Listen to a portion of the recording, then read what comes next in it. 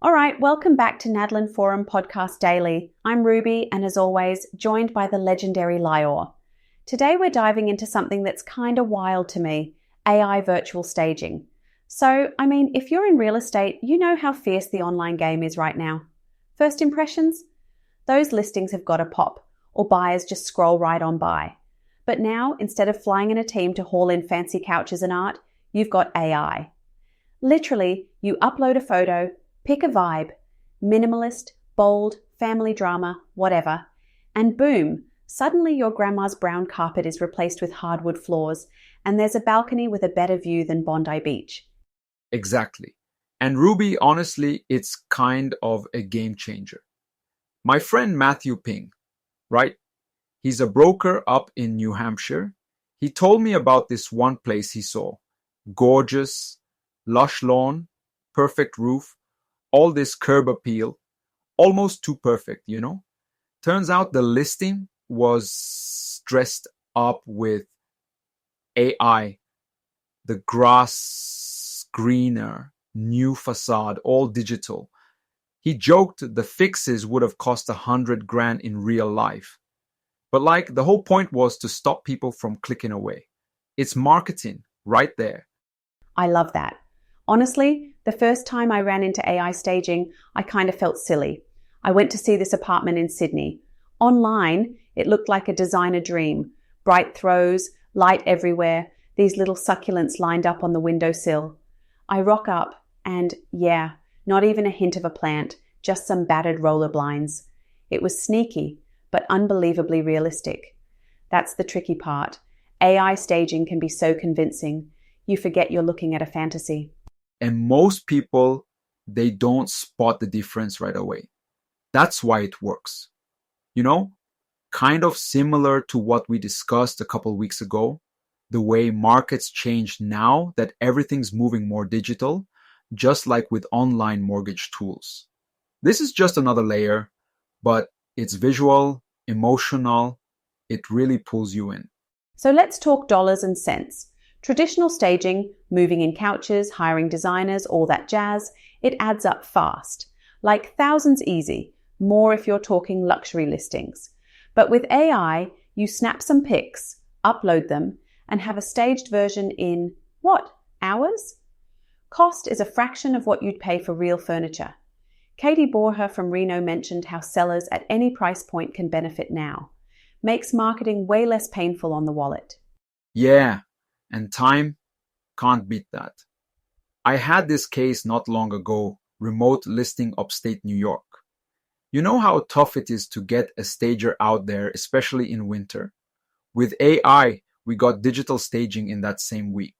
Seller saved thousands, and honestly, it helped the place move fast because people could finally picture the space. It's not just about costs. Sometimes it's just plain logistics. And that's the sweet spot, isn't it? Vacant homes, no one ever knows where to put the couch. But with AI, buyers can see potential. It's not just for homes in the middle of nowhere either. Sometimes you've got a layout that just makes no sense, or the real furniture is vintage in a bad way. Those tough to visualize places benefit the most, for sure. I do want to add a quick reality check though. AI staging, it doesn't sell the home by itself. Felicia Pulley from the Staging Association pointed out, the actual in-person experience still rules. Staged photos get people in the door, but at the end of the day, if they show up and it doesn't match what they imagined, it's not a magic solution. That's why lots of agents use them for marketing, not to replace real staging when it counts. Yeah, like if you think AI can turn a shoebox into a mansion, well, good luck. But I gotta say, even just drafting up ideas, like what the place could look like if you gave the walls a lick of paint or ditched the bulky sofa, I can see buyers getting excited. Even stagers themselves are leaning on AI for the planning part now, not just slapping digital chairs into a photo. Now, here's where it gets spicy. If you've got an AI staged image in your listing, most MLS boards say you got to label it. Like, full disclosure, this is virtually staged. Some require you to show the real photos side by side, so buyers aren't tricked into thinking there's actually a marble fireplace when really it's, beige drywall. It's all about transparency. Katie Borja made a big point. Buyers need to know what's digital. Nobody wants nasty surprises on move-in day. Absolutely. And actually, there are regulations. You can't alter a room to make it look structurally different or bigger than it is. That would be, misleading. I get that it's tempting to try, but if you stretch the kitchen in Photoshop, sooner or later, everyone's gonna see the truth. Agents I know started doing those side-by-side shots so the buyer can see what's real and what's AI. Helps avoid awkward discoveries. Yeah, and as a buyer, should you be worried? Honestly, sometimes yes.